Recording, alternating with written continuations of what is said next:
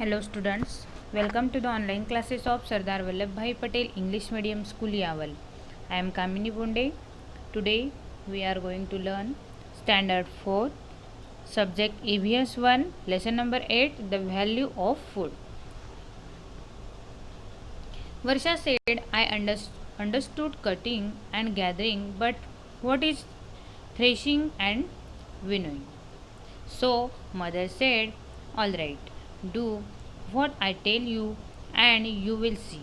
We will continue with the story later. मतलब वर्षा ने कहा कि कटाई का अर्थ तो मैं समझ गई हूँ, लेकिन मड़ाई तथा ओसाई का क्या अर्थ है? तो इस पर माँ ने कहा, जैसा मैं बताती हूँ वैसा ही आप करके देखो, तब तुम्हारे ध्यान में आएगा। आगे की कहानी मैं बाद में बताती हूँ आपको। We will continue with the story later. अभी नेक्स्ट है ट्राई दिस। ओके, मतलब ये आपको करके देखना है। Take half a basket full of dried groundnut pods, divide them into 2 portions. मतलब आधे घमेले तक मूंगफली की सुखाई गई फलियाँ, ओके, वो भरनी है आपको। ग्राउंडनट्स के जो पॉट्स होते हैं वो आपको हाफ बास्केट फुल में भरने हैं और उसके 2 समान भाग करने हैं, 2 पोर्शन में डिवाइड करना है उसको। Shell the groundnuts in 1 portion, how long did this take you? मतलब एक भाग की जो फलियां है हाथों से छीलकर दाने अलग करो और हाथ से फलियां छीलने में आपको कितना समय लगेगा वो देखो। Now put the other portion in a cloth bag and tie its mouth. Okay, दूसरे भाग की फलियों को कपड़े की एक थैली में बांधो। Pond the bag lightly with a stone or beat it with a stick. उस पर एक लोढ़ा फिराओ और या अथवा लाठी से उसको पीटो। ओके, आपको एक कपड़े की थैली में उन फलियों को बांधना है और लाठी से पीटना है। इसके बाद थैली में से फलियाँ सूप में लेकर देखो तुम्हें क्या दिखाई देगा। Okay, now take the groundnuts out in a tray and tell me what do you see. अभी इसके बाद क्या करो, थैली में से फलियाँ सूप में लेकर देखो और तुम्हें क्या दिखेगा वो देखना है। ओके,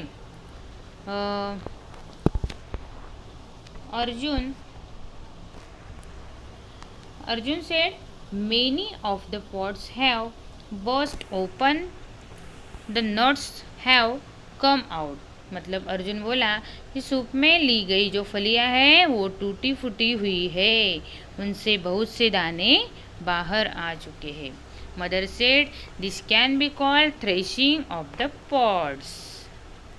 ओके, तो माँ क्या बोली, यह एक प्रकार से फलियों की मड़ाई हो गई। Okay, now hold the tray in both your hands, toss its contents quickly and lightly in the air, tell me what happens. मतलब माँ बोली, अब फलियों को क्या करो, पछोरो और बताओ कि क्या होता है। Okay, Varsha said, when I toss the tray, the empty shells fall off and the nuts are left behind. But why does that happen? अभी वर्षा क्या बोल रही है, फलियों को पछोरने पर क्या हुआ, फटी हुई फलियों के छिलके सूप में से नीचे गिर गए और फलियों से अलग हुए दाने सूप में ही रह गए। ऐसा क्यों होता है?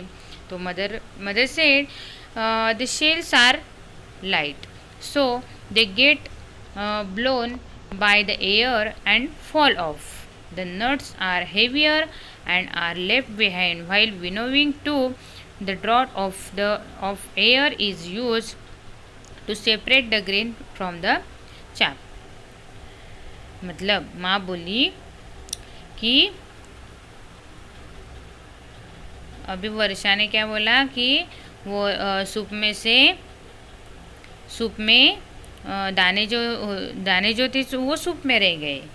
हाँ, तो ऐसा क्यों होता है? इस पर माँ ने क्या बोला? तो बेटी इससे क्या स्पष्ट होता है? छिलके हल्के होते हैं, द शेल्स आर लाइट, इसलिए पछोरते समय वे हवा से उड़कर दूसरी ओर गिर जाते हैं। दाने भारी होते हैं, इसलिए वे सूप में ही रह जाते हैं। ओसाई करते समय हवा का उपयोग करके दाने तथा छिलके अलग किए जाते हैं, ऐसा माँ ने वर्षा को बताया। Now let's go on with the story. दादा uses a machine for threshing and winnowing. In a machine threshing and winnowing are done at the same time. देखो अभी माँ बोल रही है, आगे सुनो।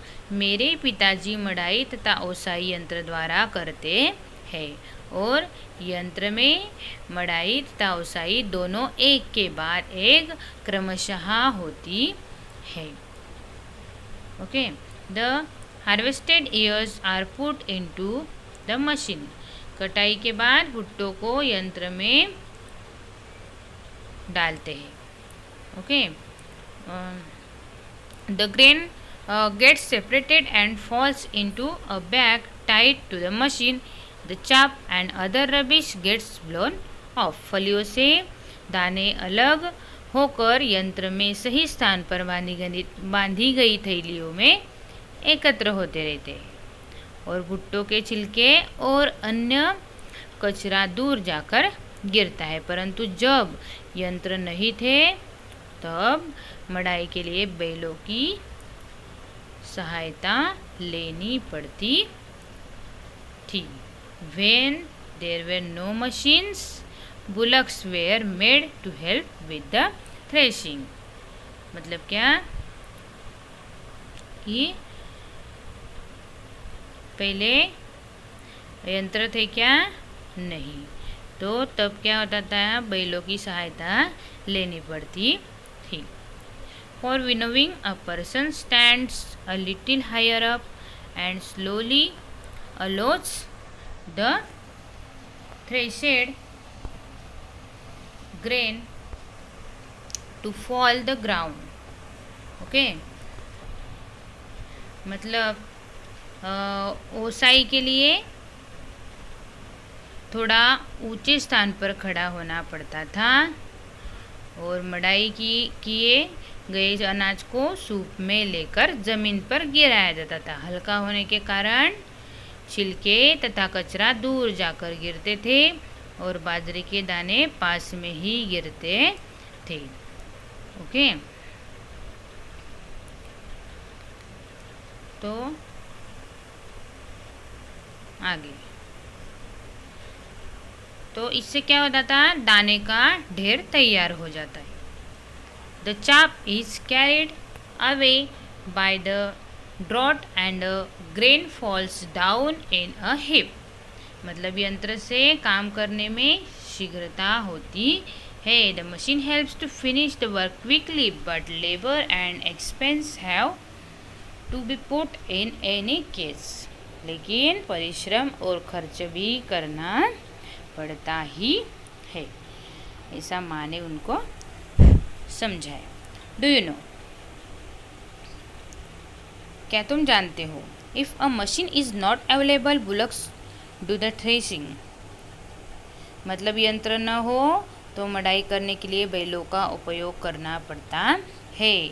Around space is cleared in the field and the threshing floor is prepared. इसके लिए क्या होता है? खेत में ही एक वृत्ताकार स्थान तैयार करते हैं। A post is erected at its centre and a bullock is tied to it. और इसे खलिहान कहते हैं। खलिहान के बीचों बीच एक खुंटा गाड़ते हैं। A post is erected at its centre and bullock is tied to it, और उससे क्या होते हैं, बैल बांधे जाते हैं। The bullock walks into circles around the post, और बैल क्या करते हैं, इसी खूंटे के चारों ओर वृत्ताकार पथ पर घूमते हैं। The harvested ears are separated in the ground space so that they get trampled upon by the bullocks. If the crop is large in quantity, a bigger place is prepared and more bullocks are used together. Threshing may go on for several days for the bullocks too. This is heavy work. मतलब बैल के पैरों के नीचे सूखे भुट्टों को रखा जाता है, और जब बैल इन भुट्टों पर चलता है तब उसके वजन के कारण भुट्टों या बालियों के दाने बाहर निकलते हैं। फसल अधिक हो तो कई खलियान बनाए जाते हैं। ओके, और कई बैलों की सहायता ली जाती है। मड़ाई का काम कई दिनों तक चलता है। यह काम बैलों के लिए कष्टकारक होता है, हेवी वर्क होता है। ऐसा होता है थ्रेशिंग मतलब मड़ाई। आया समझ में? ठीक है। Thank you dear students.